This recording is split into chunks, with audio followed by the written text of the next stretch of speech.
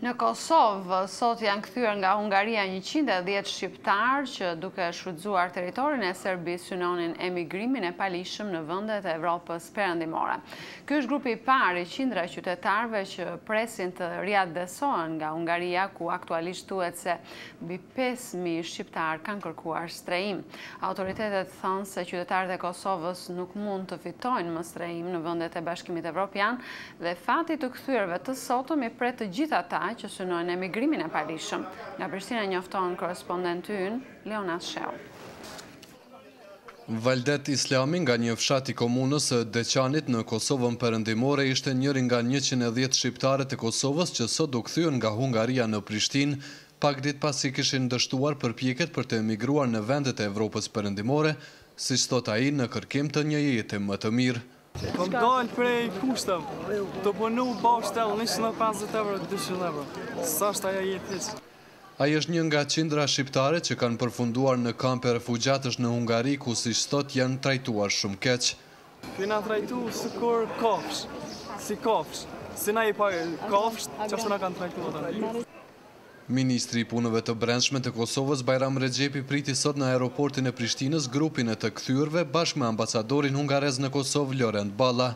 Ministri tha se trajtimi nga autoritetet hungareze ishte korrekt. Natyrisht na biseduam edhe me ambasadorin, ato vendstrohinë nuk janë hotele dhe nuk i kanë kushtet e hotele, po plotëson ato standardet minimale ose optimale të trajtimit të tyre dhe na nuk kemi të dhëna të tilla. Nëse dikush nuk ju ka respektuar rregullat e shtëpisë, nëse mund të thuhet, ai ndoshta ka mund mu ballafaqu, po trajtimi ka qenë korrekt. Të kthyerit e sotëm janë vetëm një pjesë e atyre që pritet të kthehen nga autoritetet hungareze, tha ambasadori Balla. Mbeten në vendet e strehimit në Hungari një 500 qytetar kosovar dhe deri tani në këtë vit, numri azil kërkuesve nga Kosova ka kaluar 5.000 vetëm në Hungari. Duhet ju them se baza për dhënien e azilit nuk ekziston më, është një nonsens. Luft nuk ka këtu, nuk ka shkelje masive të drejtave të njeriut, kështu që në asnjë rast nuk është dhënë azili për këto 5.000-6.000 njerëz.